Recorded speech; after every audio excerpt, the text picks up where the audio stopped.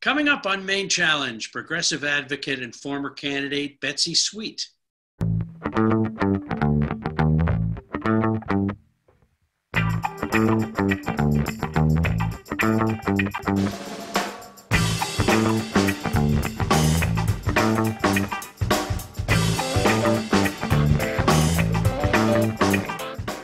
Hello, and welcome to Maine Challenge, the first post-election episode of our program. Today, we're very lucky to have as our guest Betsy Sweet, a progressive advocate and a former candidate. And Betsy is all over elections and policy, and it's really fun to just talk to Betsy. I served in the legislature for 8 years, and Betsy has served as an advocate at the legislature for almost 40 years. 40 years. I started when I was 3. Thank you, Chuck. It's so nice to be with you again, and to be at least on the other side, mostly on the other side of this election. Yes, as we record this show, the election is 2 days behind us, and we still don't know all the final numbers for the presidential election, but the elections in Maine are pretty much settled. Obviously not a grand slam home run, but not bad in some places. Any thoughts? Well, I just think this election was incredibly troubling on the national level. Surely the fact that this is this close an election when we've had 4 years of someone whom I think, not just in terms of his, let's leave policy aside for a minute, although that's critical, but just in terms of his character and in terms of how he comports himself as president, is someone who I think is just unacceptable. And so to see that half of Americans, or roughly, not quite, Joe Biden has a big popular vote lead. So I think that that's troubling. But I think there's some really good things, so more record number of turnout, record turnout among young people, increased turnout among people of color. I think we see that part is a good thing for our democracy. So I'm trying to figure out where the silver linings are, and I'm looking pretty hard. Hopefully we'll find a few anyway. Yes, hopefully we'll find some. Did you, now many of our viewers will recall that you ran in a primary for the United States Senate campaign this year, and Sara Gideon was the final winner. Yes. Any thoughts on that race? What you might have done differently? It almost seemed like Collins' victory was inevitable. There was no lack of money. No, there was no lack of money. And certainly one thing we know is that polls are wrong, because no poll ever showed Susan Collins with more than 50%. And I think that, I want to look at the broader picture for a minute. There were a number of races around this country that the National Democratic Committee put its weight in the primaries. And it was mostly to snuff out progressives. It happened in Colorado, it happened in Kentucky, it happened in Iowa, it happened here.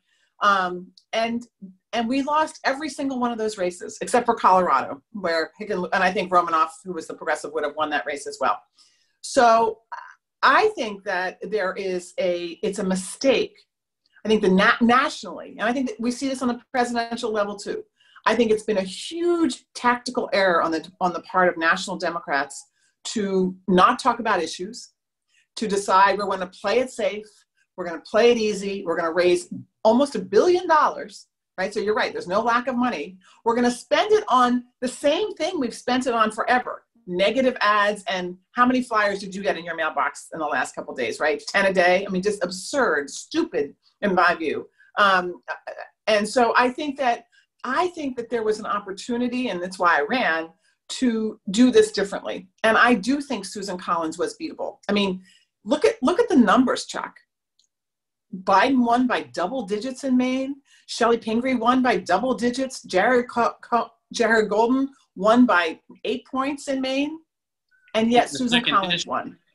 Yeah, in the second district. So there was an opportunity there that, and I think that, this whole thing of Washington coming in and deciding what they know best, and I put it on their shoulders.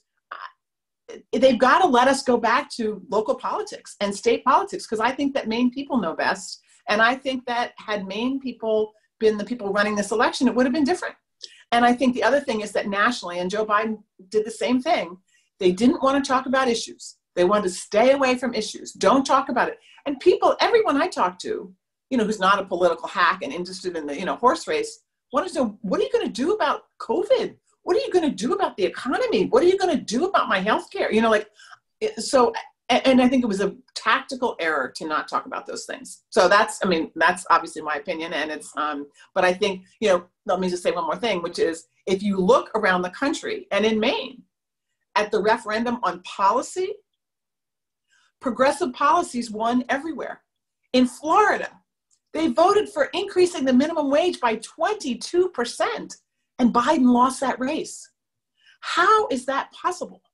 Right? It's all, it's just, yeah. And Portland.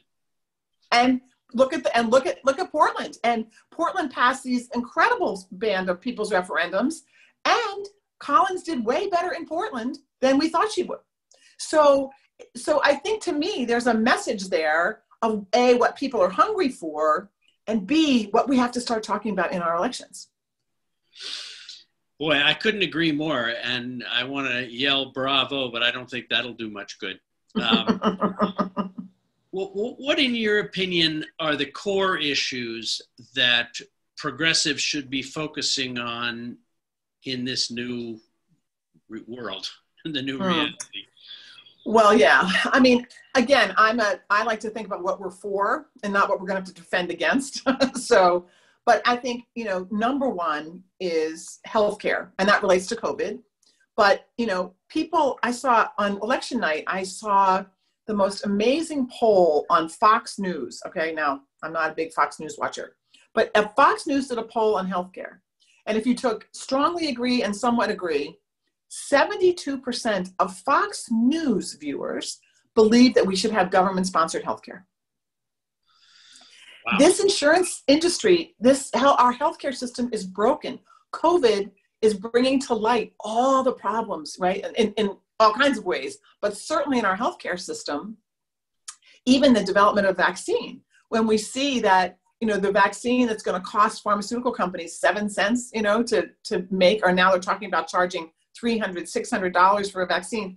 So it's not an intellectual exercise. People feel it every day. So I think healthcare is number one. And I think jobs is number two. But when I say jobs, it's really, how are we going to start to address the income inequality? When we have people in Maine right now who can't afford their food or their rent or their heat, and we have the top 5 companies in America who have made $500 billion in untaxed profits during this COVID epidemic, that is huge. And so I think, Chuck, and I'd love to know what you think about it, I still believe, and you might remember I said this in my campaign, the divide is not so much right and left. It's really up and down. It's really about this economic and now political elite and social elite, maybe, that's taking all the resources, all the money, all the airspace, all the media, a lot of the media, except for shows like this, right? And everyone else is falling further and further behind. And if we don't start to address that and connect the dots for people, and shift the focus away from the people who have less than us as being the problem, as opposed to the people who have way more than us being the problem, then I think we're not going to be able to change the political system. But when we do that, I think we can have a populist, progressive surge that will change this country and bring it back to us, I'll give you a whole bunch of bravos for that speech. And I don't mean it to be a speech, but you can tell I'm so passionate about it, That's what we need, and that's what we need to hear. And we have to, I think, keep sort of pounding that, because I'm finding it very hard to be encouraged. I am encouraged by the prospect of a Biden presidency and a Biden-Harris administration. That excites me, and I think there's potential. But we didn't flip the Senate. What? No, we did not.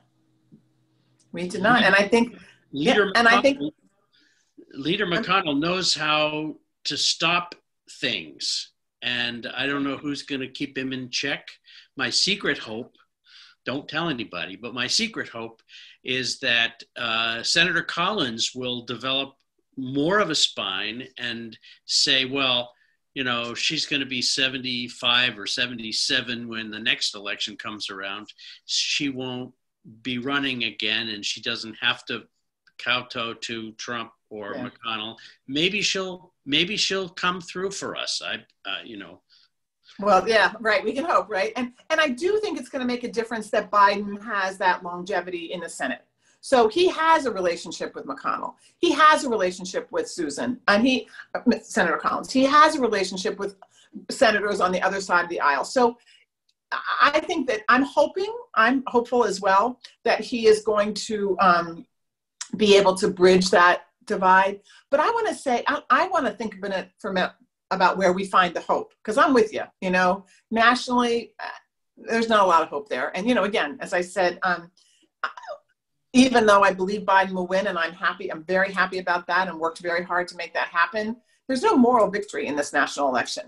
But where I do find hope is locally. I mean, Maine, our state legislature and some particular candidates did an extraordinary, you know, there's some amazing people, and Lincoln County, right, being one of them. The fact that Chloe Maxman was able to defeat Senator Dana Dow, in a district that has not been Democratic, maybe ever. I'm sure it was at some point, but, you know, and that she ran such a positive campaign. Yes.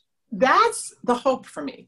That's what people are hungry for. And they showed it with their votes, you know? Yeah. And so I'm very excited about that. And she's not the only one. There are extraordinary people, you know, my friend Youssef, who's an immigrant, just got elected to the Portland School Board. And my friend April Dawn Fournier just got elected to she's an Indigenous woman, just got elected to the City Council in Portland. You know, we see Courtney Allen, who's been an incredible recovery advocate, got elected to the City Council in Augusta. So if you look there really is some great hope, you know, and that's where we got to, you know, that's where I have to find my hope. There are some great people in the legislature. It's going to be interesting to see if leaders and the rank and file are on one page about taking smart steps. I mean, I think Governor Mills has done a great job, especially with the COVID, but she's really been right on about a lot of things. And I think she's standing strong and she's doing a great job. And I think there's a possibility, I hope for, that the legislature and the governor will work together and make this a really productive 2 years. Yes. That's my hope anyway. I hope so too. And, you know, in my experience of my almost 40 years in the State House, some of the most difficult times have been when the Democrats have controlled all three bodies.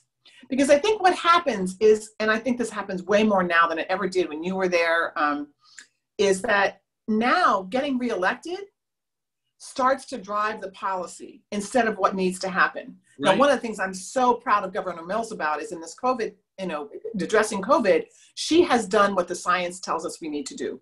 And, you know, she's been getting some political heat from that, but she has done, and that's so awesome. You know, it's awesome that she's doing that. But I think on other issues, you know, the tendency is to say, oh, well, you know, again, what we were talking about in the beginning, to be cautious, to be careful, don't do anything bold.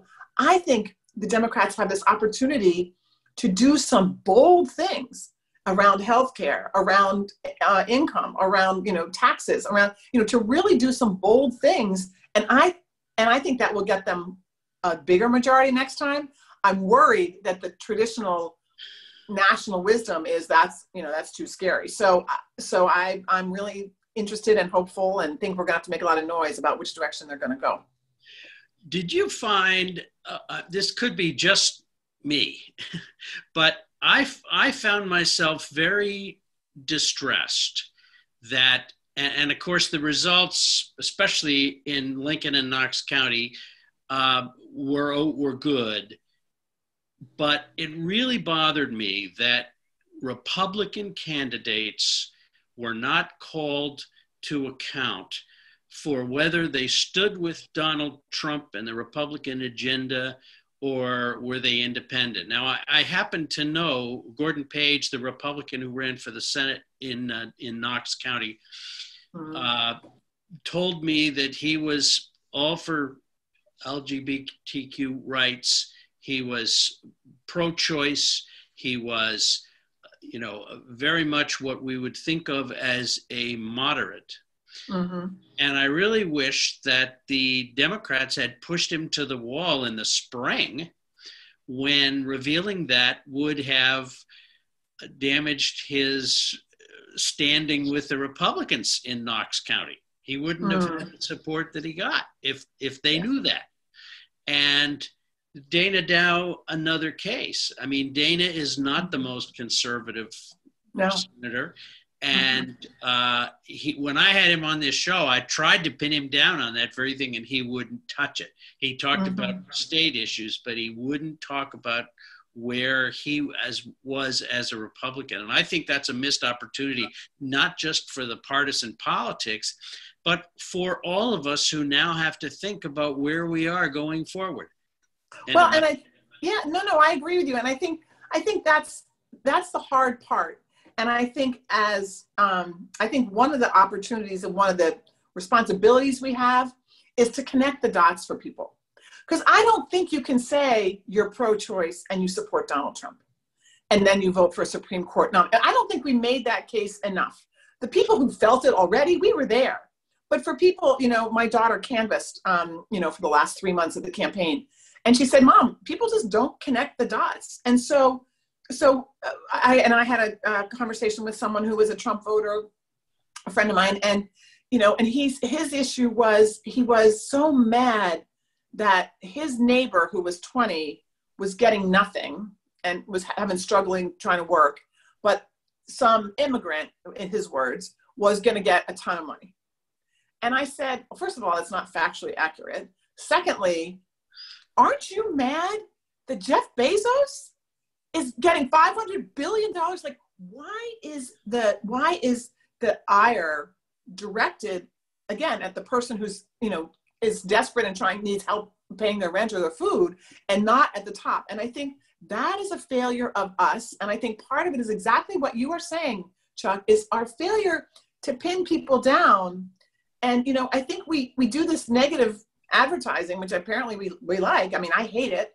But we don't even do it on the things that matter. It's like, oh, okay, well, if you're going to do negative advertising, then for God's sakes, call people out on the issues, on where they are. Because, I think, and to say you support LGBTQ folks and then you support Paul LePage or Donald Trump, that's not, those two things don't match. Like, you can't, and so I think, and so, yeah, I'm with you.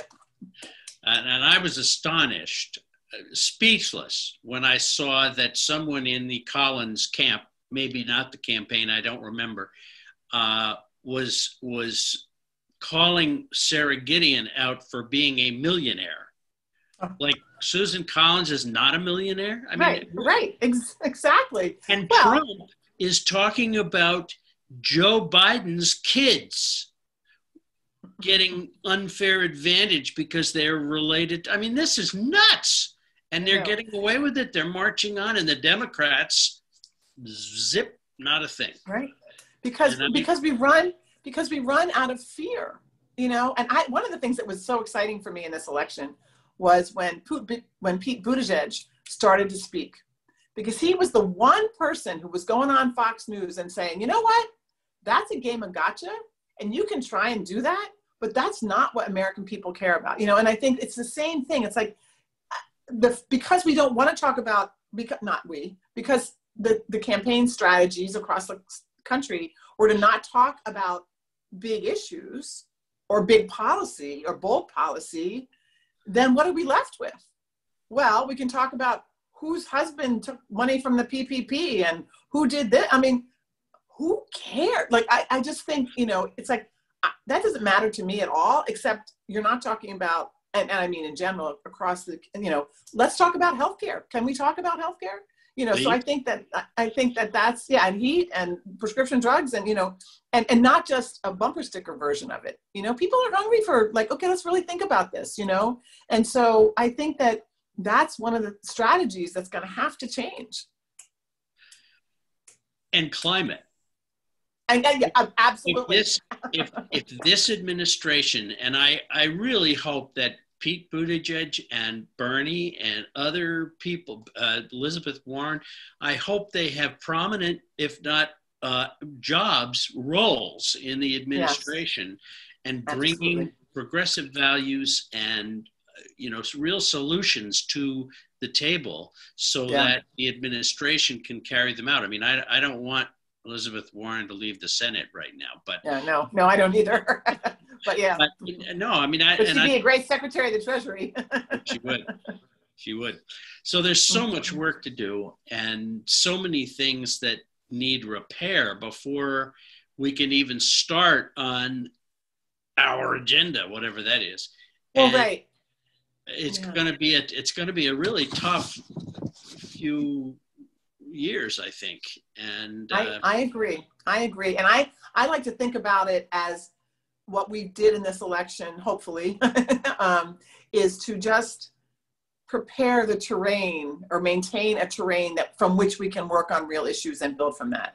We're not solving huge things, but the terrain is a lot easier if a Biden is president than if, we get 4 more years of Trump. So I think that's been our, I think that's a base from which we can work. And I also think that Biden is I think he's going to surprise us a little bit in terms of his legacy and what he wants to have left for him.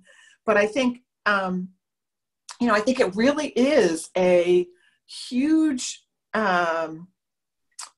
opportunity and a pivot point for Democrats.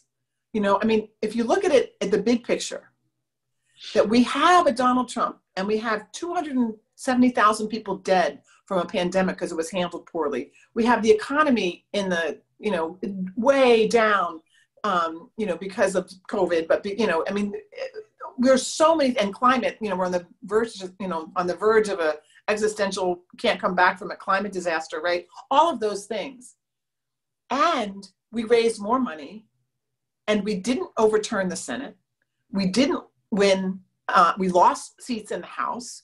And this presidential election is a nail biter. Something is very wrong with the strategies that we're using, in my view. We should have walked away with this and on every level. And the fact that we didn't, I think, is more tactical. And I think also, the fear of people in the political establishments on both sides not really wanting to change it that much. We want to move the needle, but not that much, because everyone who's there got there using the system as it is, right? So, that's human nature, right? So, but I think people are going to have some aha moments, and this might be a pivot point, and that's what we can help them along with. That's the big hope, is that this is a pivot point. Mm-hmm. Well, we're only got a few minutes left, unfortunately. Mm-hmm. I love to chat with you, whether we're on the air or not. Anytime. But I would like to hear, and you can dream a little bit if you wish. It doesn't all have to be grounded in reality, but what's next for Betsy Sweet? You've proven yourself to be a leader and very smart on policy, which I had no doubt of from when we first met way back in the 80s. I have to tell you about that sometime, but not on TV. And what's next for you? What do you see as an ideal role for you in the next 2 to 4 years? Are you thinking elective office? Are you thinking staff job? Are you thinking keep on keeping on? Well, I don't know. I will continue my advocacy. I care very much about what's happening in the community mental health system and what's happening with the economic divide. So I will continue my role as an advocate on the state level. I'm also very interested in working on democracy reforms nationally, working on ranked choice voting nationally. I think it will open up democracy again. And the other thing that I'm passionate about is working with young people. in my campaign and in all these campaigns, I mean, the big silver lining for me was the degree to which young people are engaged. And frankly, they're going to be discouraged by what they're seeing. So I think to both train people to young people to help them see how they can make change, both policy-wise in the streets and an elected office, and anything I can do to help with that are the things that I'm going to spend my time on. What that's actually going to look like in terms of, and how I'm going to make a living doing those things, I'm not sure yet. But, I think that we have to keep having our voices, all of us. We have to have our voices heard. We need to be out front, and we need to not stop. I mean, we can take a little bit of time. I'm sure everyone's exhausted as I am. But I think, once we start rolling, we've got to really hold leaders accountable and come up with good ideas. And I think the other thing, and this is just sort of more of who I am than what I do, we've got to move back to we from I, I mean, how many people did you talk to and me saying, well, Donald Trump was good for my 401k? Well, most people I don't know don't have a 401k, but, it's like, but we have got to get to community. We've got to address racism. We've got to address structural racism and sexism and those things. And I think we have to figure out how to have conversations with people who aren't in our bubble. I don't mean COVID bubble. I mean in our political bubble, right? And start to find those common values. And I'm dedicated to doing that as well. Well, thank you, Betsy. Thank you for being on the show. I understand we always a pleasure. You, and that's a good thing.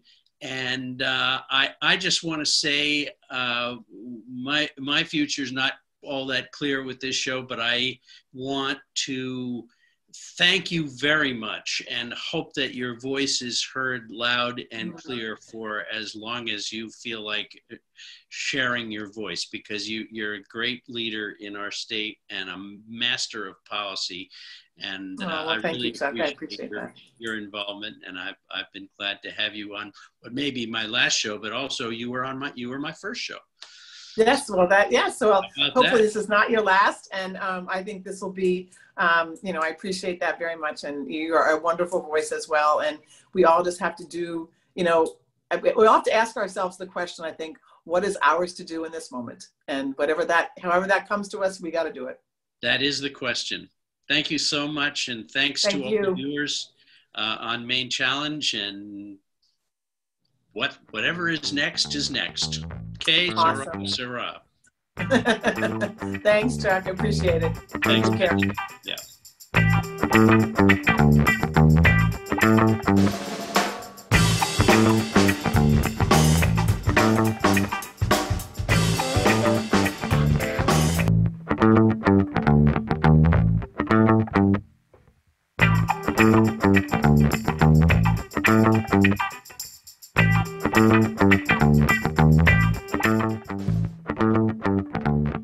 Show your support for Maine Challenge and LCTV's programming. We're all about community. Please go to lctv.org to make a contribution. Your support makes us stronger together.